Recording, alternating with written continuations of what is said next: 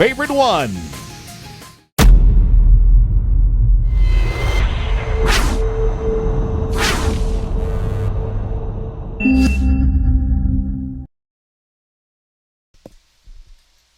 Hello and welcome, ladies and gentlemen, to Beyond the Summit presentation of the Starladder I-League 13 Chinese Division. We're going to be looking at Insane Buster versus FTD.B here in the group stages. We've got ourselves a best of two between these two teams, and I'm actually pretty excited for it. Insane Buster is kind of a bunch of new players on the rise. I think we've seen a few of them here and there throughout some different teams, but not too much competitive experience compared to FTD.B, who have been mix and matching their support staff and just a lot of other players across the board. And they've actually been collaborating really well in this B team for FTD.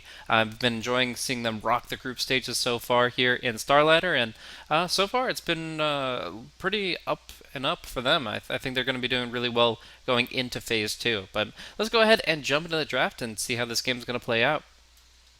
So, for starters here, I want to note that Snap bans coming from Insane Buster, immediately banning out Doom and Slardar, and this is interesting because of the fact that they are first pick. So while the normal drafting mentality would be for the first pick to force the second pick team to ban out Slardar and Doom or the like, so that you can ban out heroes that are more reserve time. Systematically potent for the enemy team, for FTD Club specifically, the heroes that they like to play with.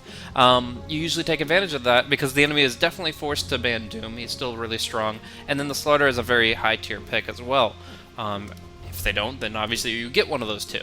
But in this case, they ban it for themselves, which either means that they don't like to play those types of heroes in their drafts, or they want to see something a little bit different here and kind of mix up the pool overall. Darkseer and Dawn going to be the bans from FTD.B, and that leaves us with a first pick Night Stalker, responded to with a Shadow Fiend Tusk, and now the Bat Rider coming out in Phase 1. These guys are already really just flipping the script on FTD.B and showing something a little bit unique. So I'm excited to see what they are going to accomplish. LT here, drafting up some interesting picks here. Team pick. So, Phase 2, we did see the Gyrocopter, Juggernaut bans, those major safe lane pickups. So the Ember Spirit still goes through for FTD.B.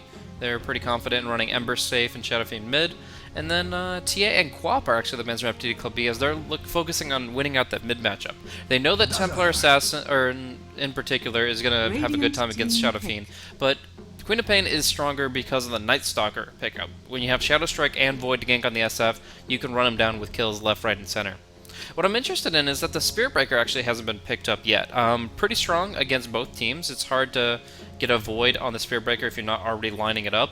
And then the Ember Spirit's really the only cancel right now for the Charge of Darkness on the side of the Radiant. So I think Spirit Breaker could be good to run over the Shadow Fiend. But you'd have to switch the Night Stalker to an off lane, and that would put the Bat Rider in a weird spot. Right now, Bat Rider is either a mid laner or an off laner. I personally prefer it mid a little bit, but I could see it working in the off lane still.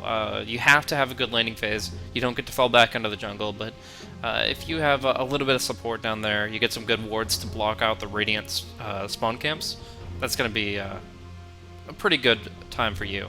And then, of course, you can Firefly over things like the Ice Shards, so he's not obstructed by such things such as that.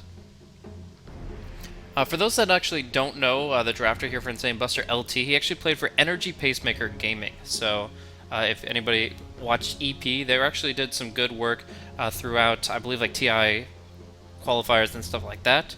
They had members such as Old Chicken and Fan, who have found themselves in other teams now. So it's interesting seeing these guys spread their wings a little bit here. But yeah, LT played with Zhao Tulei and all them, and now they're finding themselves here. So I'm curious what that actually means for his future and how he works with his team dynamic. Anyways, we've got Dazzle picked up, and since then, not too much happening in the draft. Reserve time tapped down to the last 8 seconds here. FTD.B puzzled with how they want to proceed. I think they were debating going for one of the 2 Bat Rider counters. Actually, 3 Bat Rider counters now that I think about it. You've got Wisp, who can counter it with Relocate Tether. You can get Abaddon, which counters it with the Aphotic Shield. You can get Vengeful, which can do the Nether Swap to break the lasso. And the final thing would actually be, technically you can go Legion Commander, but I don't think it works really well with the draft that they have in their hands. so they probably wouldn't have gone for that option. Instead, they go for the Bane, and while you might be able to get a Nightmare off on the Batrider when he jumps in, it's unlikely, so I'm curious what they're going to do to respond to the lasso threat, if anything at all. Interestingly enough, we're actually going to see Huskar picked up here for Insane Buster, so not only going with the early Batrider pick, but now closing up Phase 2 with a Huskar. Shadow Fiend has negative armor with the presence of Dark Lord. Tusk has a decent amount of physical damage burst. Bane has pure damage. I don't think that Huskar has that much to offer to this draft. Obviously, he has the Shallow Grave behind him, so he's going to be fine there. Weave defensively can make up for all those armor issues. But end of the day, you have to really be confident in your Huskar player in order to pick something like this. They do get the AA band after the fact, so they're not worried about that. But yeah, it's got to be some really good armlet toggling and just overall really good play coming in from him. And we're just going to see a Nyx pick up here for FTD.B. They ban out the Tiny, interestingly enough. Just a random Tiny in this draft could make a burst potential really quick. I mean, Nightstalker burst damage with maybe the Life Break or the Avatos, oh my. But they'll take that out, they'll go for the Nyx Assassin here. And Nyx is pretty solid overall offlaner, should be able to get some good work done, but whether or not he gets the chance to assassinate the Dazzle is what I'm looking for here. I think Batrider and Nightstalker are two of the heroes you see Gem of True Sight on the earliest, so not going to be able to rely on that Invis after the mid-game, and he's got to really drain the economy of the Dazzle early. Same Buster, they're looking for their last support, I think, so oh, they could still run the Nightstalker support. It's not that greedy. And if that was the case, then they'd be actually looking for somebody who farms a lot, actually, because they don't have anybody that really flash farms creeps right now, and you know that the Ember Spirit is going to look for like BOTs and start pushing out waves. So you need wave clear. You need somebody that farms creeps quickly, and we're going to see 40 seconds left on the clock for Insane Buster to make their decision there. Overall, Insane Buster show that they like to pick up some unique things. They picked up Pugna recently, a couple of Silencer and Phoenix picks, even a Medusa a little while back. But here we see the Invoker, and they're just showing this very dynamic style that I love to see. A lot of confidence in their players, I would say. That's more than anything else. It's heroes that you're very infrequently practiced against because you just don't see them that often, maybe in pubs. But beyond that, it could be a lot of different things. Do have a quick disconnect. This doesn't bode well for the perfect world connectivity, but before I restart, I'm going to at least make sure that things are lagging. I don't want to waste anybody's time and miss the first minute or two of the match just on a whim. So we'll try to connect in, but I'm pretty sure we're going to be getting that perfect world lag, and if that's the case, then I'll go ahead and do a quick reconnect. But just to show you guys and take a look at it here, if I can even move my camera. There we go. It looks okay for now. We'll see. We'll try it out. See how it plays out. Alright, here we are. Double Mango on the Nyx Assassin, one on the Ember. Anything else interesting? No tally start on the Invoker. 30 seconds to battle. And Batrider's got some wards for himself. So right now, Observer Ward placed out here by the Nyx Assassin, just getting information more than anything else. You can put this ward really far to the east if you want, like over here even. It won't ever see the rune, but you can get however much information you want out of that kind of pickup. Otherwise, they're trying to cover the Shadow Fiend in mid with a ward here, so the Nightstalker has a harder time finding those ganks. Even Batrider sometimes roams, so you always have to be on the lookout. Anyways, down the bottom rune, it looks to be the most interesting spot. We actually see a Sentry Ward in a perfect position to D-Ward, and this camp will not be blocked out. Sleight of Fist Snatch attempt coming in from the Ember Spirit. Skill Slight level 1, it goes for this. If there is a unit in the radius of the site, he'll jump and have his body, his hero, in that space for a fraction of a second where he can spam, click that bounty, and maybe even steal it. But instead it's going to go 1 for 1, 1 bounty for the Shadow Fiend, 1 bounty for the Invoker, and that means that the Ember is sitting on a point of Sleight of Fist here in a 2v2 lane. That's a little bit awkward. Magic Stick status, right now just the Mango, no Magic Sticks for either the Bane or the Ember, so it could be some real problems here, because Sleight of Fist does nothing in this situation to help the Bane, but he tries to turn around against the Napalm. We're just seeing a lot of damage put out against them. He's being slowed down significantly. You can't turn and fight this, you just have to keep running. They won't run him down under the tower, though. That's where they'll draw the line. Not a single tower hit actually going their way. So they're just suppressing the lane right now, and they can do this pretty freely until the Magic Sticks come out. That's when their spellcasting starts kind of any wasteful spells start playing against them. Hitagi will make his way back down. He was trying to cover the CS for the mid lane to help Shadow Fiend out, but it looks like SF is kind of on his own. Only 2 stacks of Necromastery now. As the Invoker with Exhort has pretty good right click, and he's going to be scaling up Alacrity here, and just absolutely dominating the lane from here. So yeah, look at this damage. This guy hits for actually nearly 100. 98 damage per hit on average, and he's just going to dominate the CS war, which means life's hard for a Shadow Fiend with only 2 souls. In the meantime, though, that's the Tusk had to rotate bottom, or the Ember Spirit would get nothing, and so it's a trade-off here if the Shadow Fiend gets farm or the Ember does. And I think the Shadow Fiend has better comeback than the Ember Spirit. Just get level 7 on SF, and you'll be able to farm stacks. Even level 5, SF can still find something. 100% deny on a couple of dire creeps here. It makes Nyx very sad, though. He wants to get level 6 fast. He wants to gain momentum. He wants to find kills. Speaking of kills, this could be our first blood. It is going to be a lot of damage, but Night Stalker seems to be tanky enough. No, he gets caught in the Nightmare, and now they'll Brain Sap right-click him down. Hitagi drawing the first blood. So, good catch out there with the Ice Shards. Oh, that is a nice little Cold Snap here under tower, and we're going to see Shadow Fiend lose over half his health and have to salve up. So Invoker really controlling this lane well. 8 and 5 versus 4 and 1. Shadow Fiend really has a lot of ground to recover, but we're going to see the Tusk come through. Hitagi going in with the Snowball Ice Shards. There's the Ice Shards, and yeah, that will be the death of the Invoker, since he really doesn't have any defensive spell to use here. So, noting the weak point of the Arsenal Magus is just, he's vulnerable. He's gone for an offensive build in terms of last hitting, and really only has the Cold Snap to work with. He could invoke a level 1 Tornado, but it's not very effective. Ghost Walk's an option too, but just he didn't have time. Very quick kill coming in from the Tusk there. And probably that's the weakness of this Observer Ward in particular. It'll not see anything coming from the bottom, just the top. So you can see like a Nyx Assassin roaming in, or you can see a support flank coming in. But if they just brute force it right down the eastern side, then they're always going to find that kill. And we might see that happening again pretty soon. I would say it's wise to pick up Dust on Hitagi, though. The Tusk needs to find that kill on the Invoker every time. Can't risk the Invis letting it get away. Anyways, Batrider level 3 goes for the 1-0-2. I think he'll go Opponent Flame Break next, so a 1-1-2 build. It creates a lot of kill possibilities when he has mana available.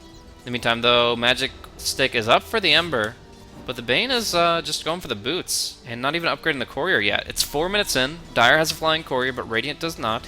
And it looks like Bane's going to focus on that first, while the Tusk does his own thing. So, yeah, I think the bottom lane is going to get really hard for FTD as this time progresses, and they can't really punish it up top. Huskar is going to always win his lane. Just easy use of the Burning Spears on the Nyx Assassin Carapace does very little in this kind of situation with so much damage over time. So he can never get in Huskar's attack range, and therefore he's just getting experience and like 4 CS. Here in mid, we do have a Nightmare coming out. Double Raise available, the Snowball, and the kill. Very nicely done. Again, no time to invoke the Ghost Walk. So, Night Stalker comes in here at night, tries to be involved, tries to make a difference, but in the end, the Invoker is just too vulnerable right now.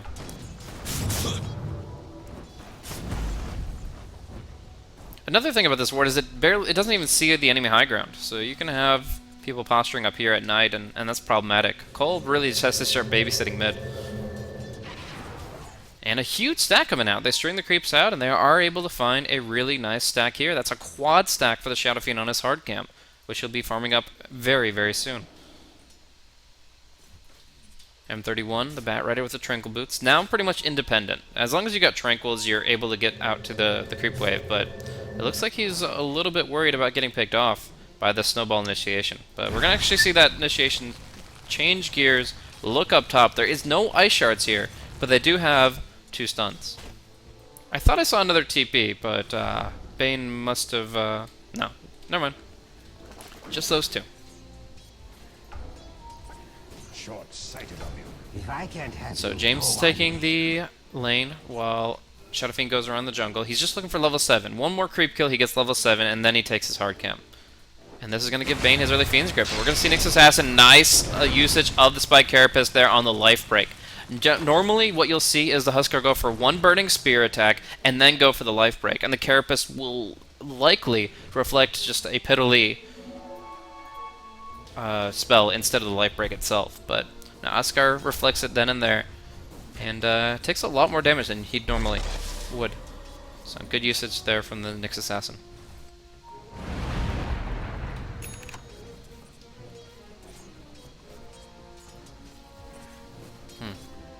I'm actually wondering if the Magic Meaning of Life Break makes it so that that wouldn't actually work. If you time it perfectly and you Burning Spear and then Life Break, I think he's immune to Carapace, and therefore it wouldn't reflect until the Life Break instance of damage.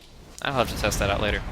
Anyways, we got Phase Boots soon on the Invoker. He's just trying to do the best he can with all these ganks going against him. This Shadow Fiend has really come back, though. Clears out that quad stack of hard camp creeps, and you'll see he's now back top of the net worth, despite having a really slow roll with the early souls.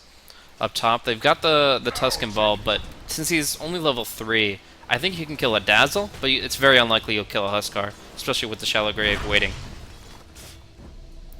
Cole getting some solo experience, and Batrider just taking over the jungle. Mud Golem's not the best to farm, to be honest, but he'll do his best, and it will take them down gradually as he keeps the Napalm rolling.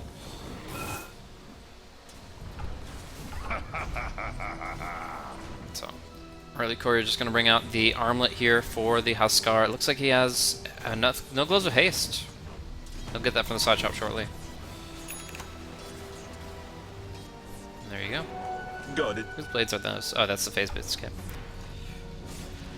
Alrighty, so far, not too much action happening. Net worth and experience pretty much even here. Only 3 kills on the board, but I would say that Insane Buster are still doing better work in terms of their overall farm. You see the CS, Huskar's winning. The Batrider is clearly getting more than the Nyx Assassin in terms of off lane. And now it's daytime, where the Daywalker doesn't really accomplish as much. In fact, probably gets soloed here. He has a TP, so if he TPs immediately, he's fine. But otherwise, Ember Spirit definitely can just go for a triple remnant or a double remnant on him. So I think that's what we're going to see here. He's going to go and just silence TP away. But even that just forces the Night Stalker back home with little cost to the Ember Spirit.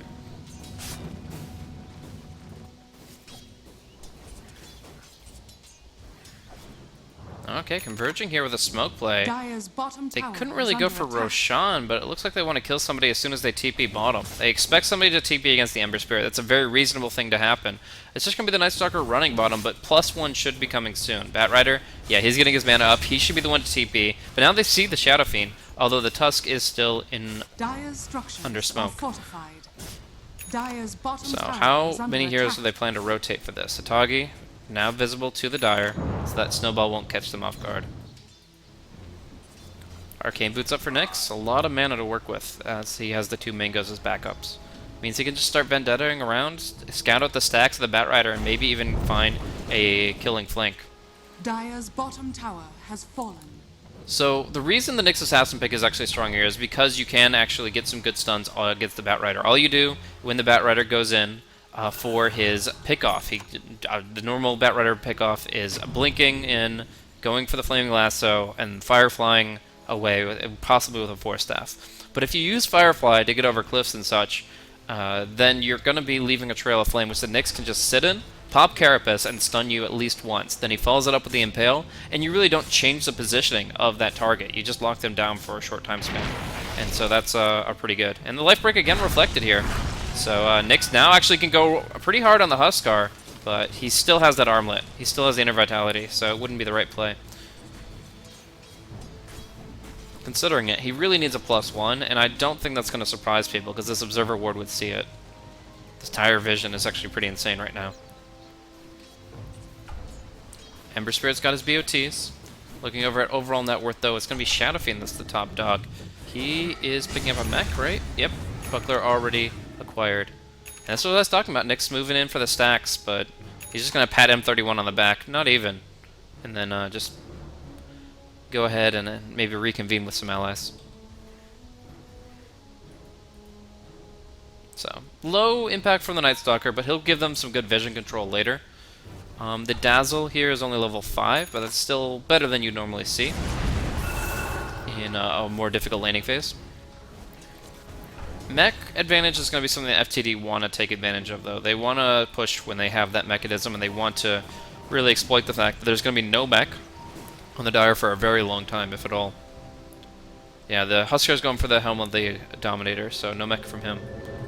Which is actually, it's not a joke. Mech on Huskar is actually not bad at all. It makes up for a lot of what he's lacking. Burst healing at low HP, and then, of course, the armor. But Mech SF is what we're looking at here, and a Blink Batrider. Man, he's just farmed just enough creeps to pick this up at a really good time here. 11-minute Blink Dagger coming out for Bat, and they're trying to find their first kill with it through smoke. They have Darkness, so if you look at Radiant Vision, they are blind as bats right now. They cannot see anything in front of them. So the Batrider, Night Stalker, ganking duo, going to look for an opportunity. But in the meantime, the FTD.B here with the flank. They've still got their smoke. While they don't have any vision, thanks to the darkness, they actually are still all grouped together. The Ember Spirit might bait this one out. They're going to move on the Ember Spirit, and they're going to have 3 people right behind him. This could be a great opportunity, but it looks like Insane Buster are asking themselves the right question of, why is this Ember here? Why? There's no way he's looking for a rune and sitting around so long. He's got to have teammates behind him. So they look around, they think about it a little bit more, and in the end they don't fall for the bait.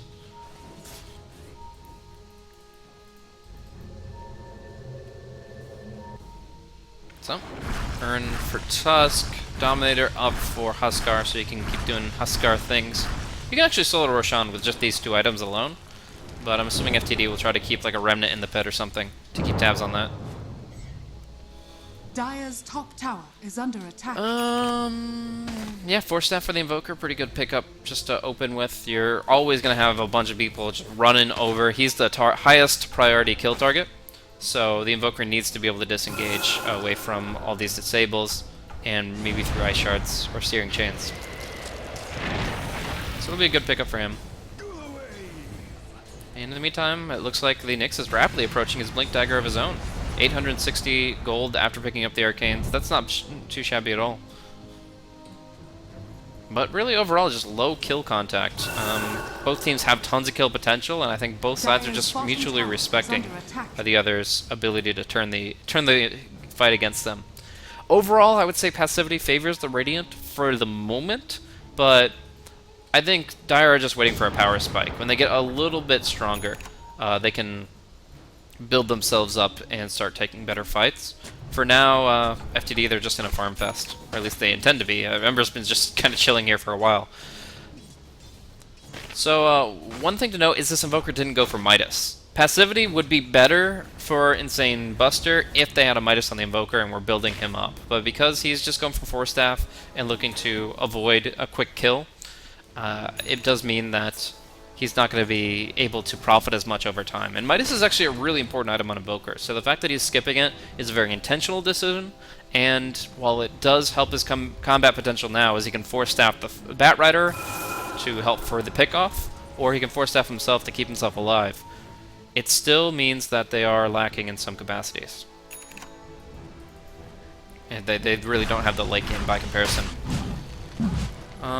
We'll see the Fire Remnant in the pit scouting out this Huskar, and immediately Huskar is going to have to start backing off, or they're going to debate the fight here. They've got the Weave on Huskar, he'll have plenty of armor, but really it comes down to this Batrider and this Invoker, how they perform here. And you shouldn't have Alacrity invoked. It's only a level 1 Exordic Alacrity, so immediately should turn that into an EMP or a Tornado, because you need it for the next fight that's guaranteed happening.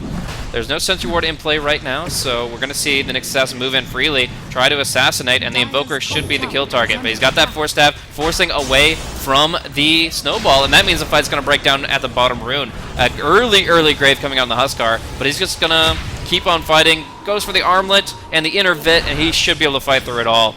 Not at the fight for FTD, unfortunately. They lose. They just focus too much on the Invoker, who was able to disengage. And while that's the trade-off, right? Like, you don't get a Midas, but you get a hell of a good item to control positioning, and Invoker just does that. So the Huskar can fight against the other 3 heroes and absolutely destroy them. So they'll take Roshan one way or another, and on top of that, put the first 3 kills on the board for Insane Buster.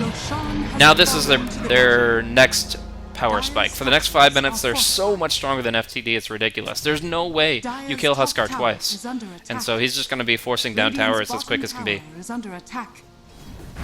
Yeah. I mean, I would still argue the Invoker wasn't ready for that fight, but they clearly didn't need him to have everything. Just one tornado was plenty. Hell, even the Shallow Grave didn't need to be there.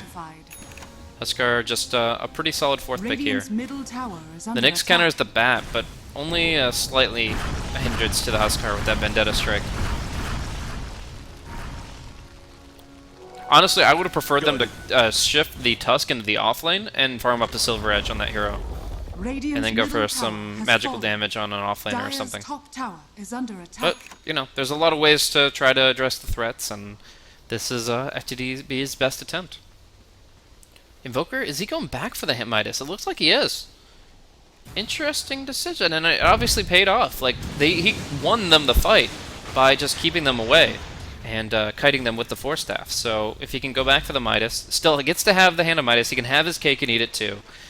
As he now is no longer an easy kill target, but he also gets to build up his experience towards level 25, which is where he has his greatest potential.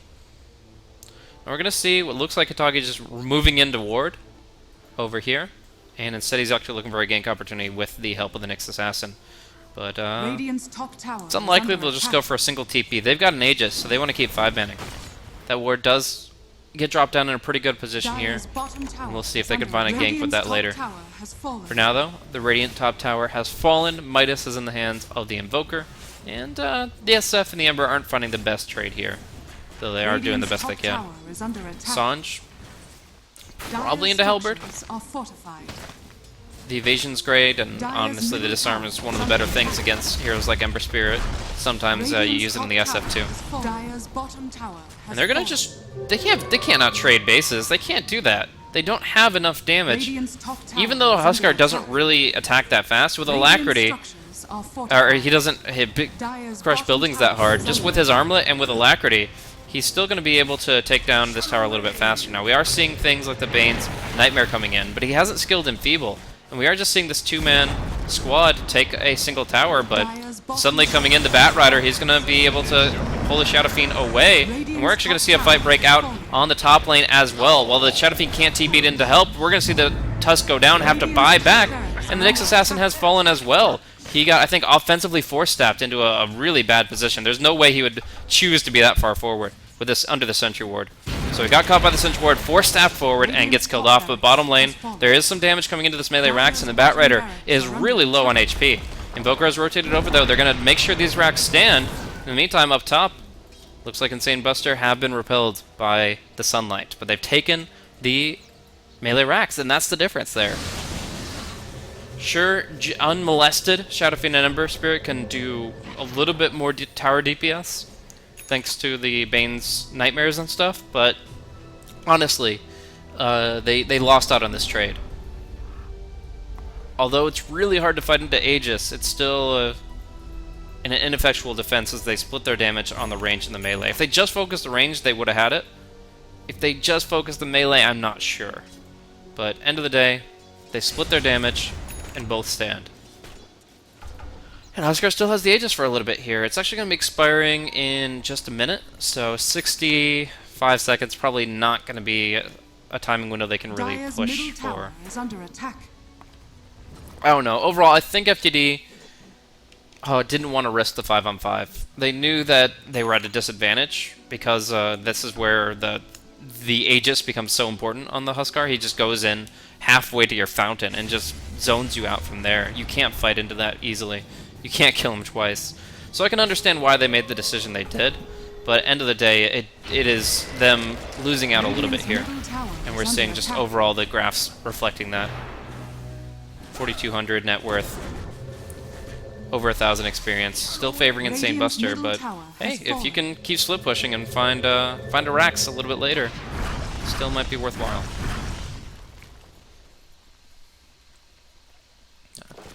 In the grander scheme of things, like if we're just looking beyond what happened in that last engagement, but if we just take a look at the state of the game, I think FTD.B are not out of this by any stretch. They just got 2 great fighting items on the Shadow Fiend, the Mechanism and BKB, they're getting more and more potential to burst down the targets that they want to. Not necessarily the Huskar, because he's so tanky that it might not even be worth it to put any damage into him. But if you just burst down the Dazzle, and then start scattering the rest of Insane Burster from there, or Insane Buster, yeah, that could be pretty effective. And they've got like the blink on Nyx to do that. They're gonna have the Battle Fear and the Ember.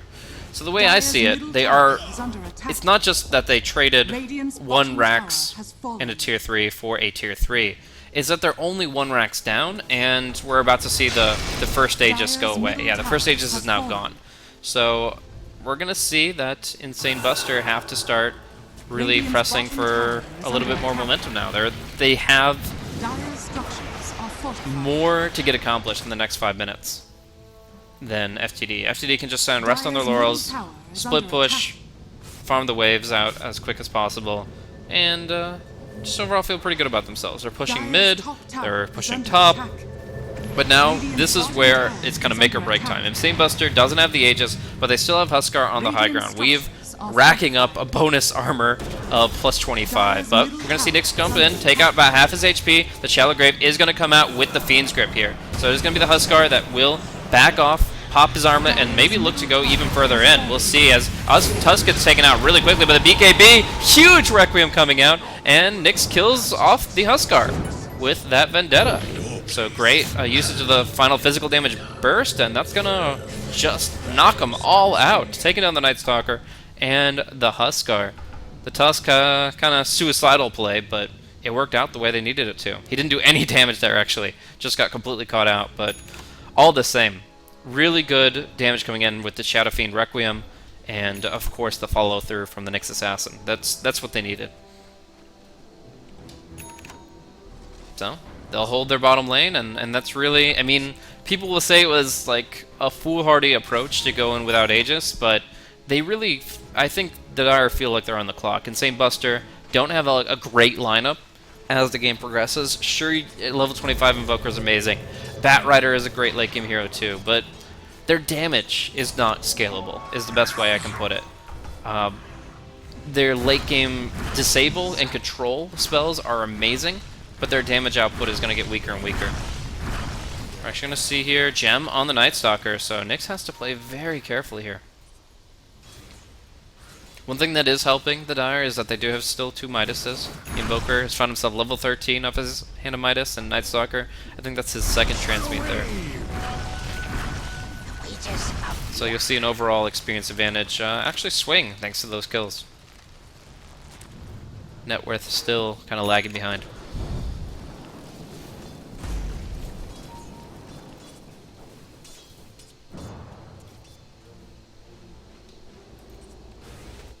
So now the next Roshan. This is, again, another big timing period. They don't Remnant the Pit? Interesting. I guess what he wants to do is go back, farm a wave, and jump out and throw a Remnant then. I'm not too sure, but it's an interesting approach here, going for the Invis Flame Guard just to clear out the waves without having any risk. If the Night Stalker is close enough to get the True Sight on you, then he's not going to be able to catch you out, because you're going to see him too. So they go for a different method. They just Sunstrike the pit. Oh wait, that's the Dire, never mind. Anyways, we're going to see them go into the pit here. Radiant are going to just send the Sigil in to scout this thing out.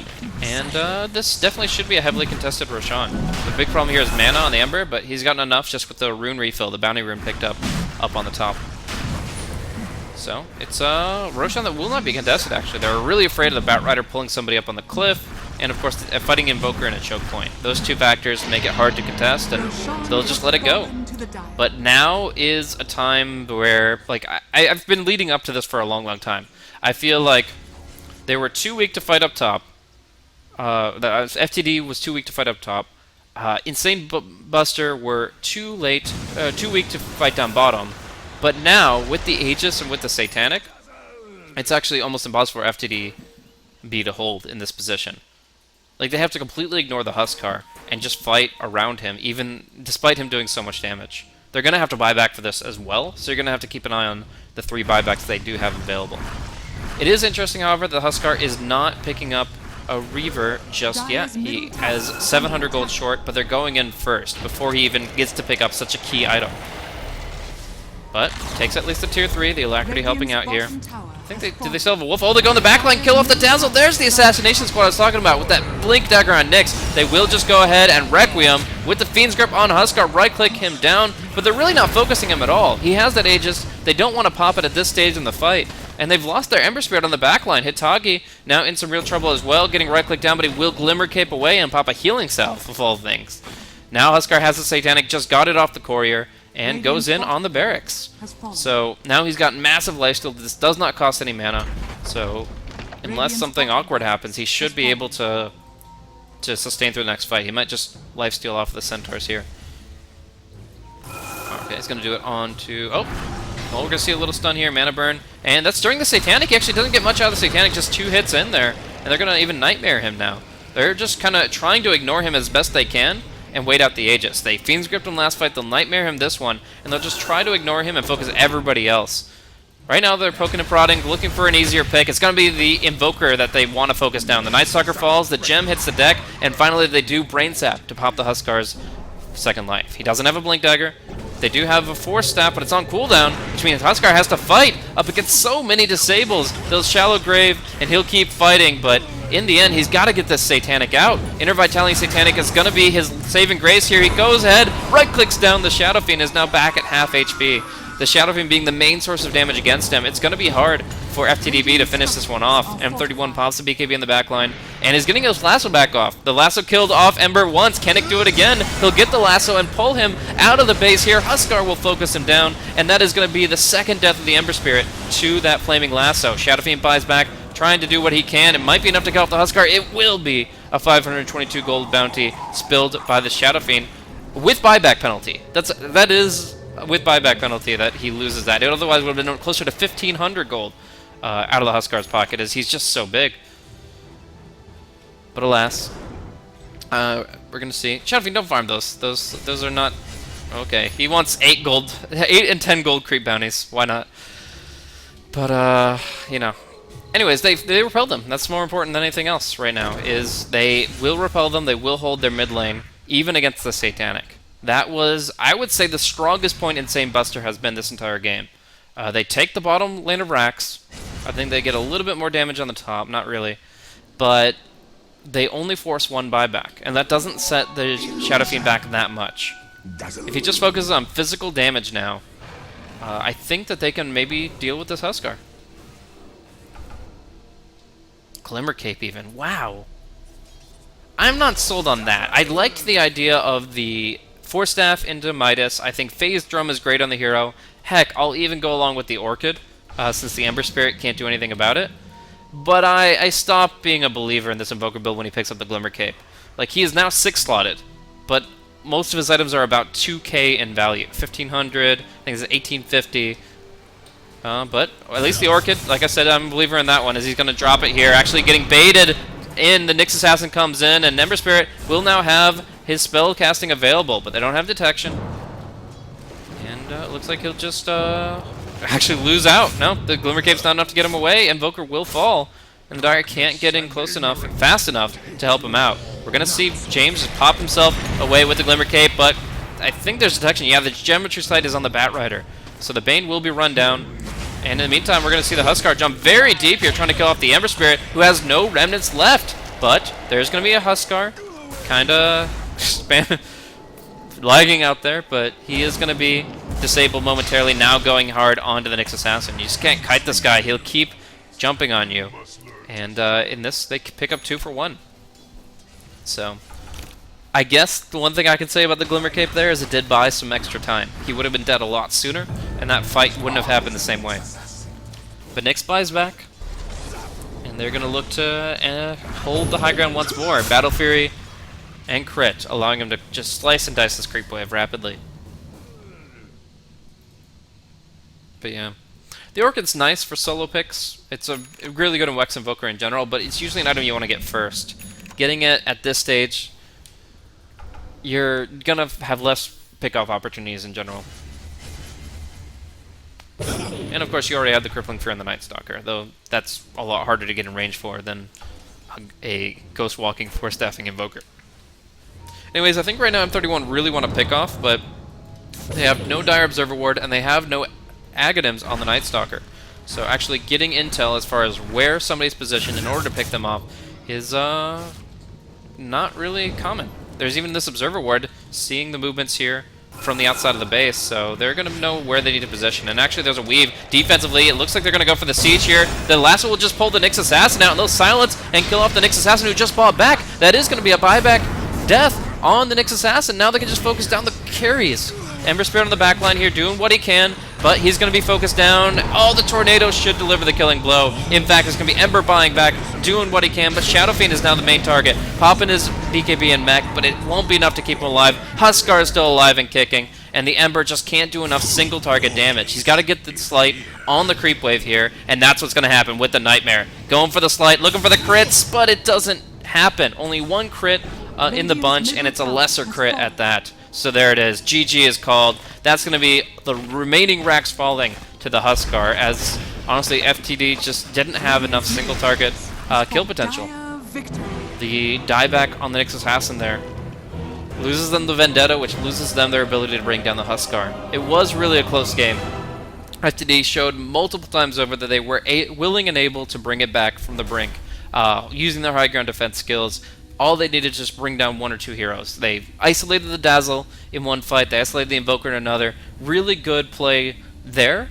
But in that last fight, it was IB who dictated the course of play as they got the BKB Blink Lasso on the Nyx Assassin. Bat Rider, they didn't really have an answer for the Bat Rider when he finally had a BKB. I think that's another factor. They had Walrus Punch, they had Fiend's Grip, but we really didn't see either of those come to the Nyx's aid. So I feel like this was a very interesting step function of a game, which kind of gave a little bit of back and forth to either side. There were times where FTD were able to defend a lot better. They were never able to go on the offense in this game. Only split push and only on defense. But their defense at many times this game was stronger than that of IB. The problem is that Bat Rider is a base breaker. He's able to find those ways to penetrate your lineup, and if you can't control him when he does so, he's just going to tear right through you. And that Nyx Assassin death obviously was the first of those steps there. I really like how Insane Buster kept continuous pressure. I obviously think in hindsight they should have looked at avoiding the bottom lane fight that they lost without the Aegis, but at the same time I can understand why they were so impetuous about their assault and siege on the Radiant base. So they take the top lane really efficiently in that trade where the Bat Rider goes back. That's the beginning of the end for FTD.B, as their other defenses just couldn't cut it. Well, that's going to wrap up Game 1 for us here on Starletter I-League 13 China, but we got one more game to close out the night here. The second game of this Best of 2 series is going to be coming at you in just a few minutes. So thanks once again for tuning in. I'm myself and Blaze. It's closing in on 4 a.m., so getting a little tired, but I'll keep try to keep the hype rolling as we go into Game 2. You guys, just stay tuned.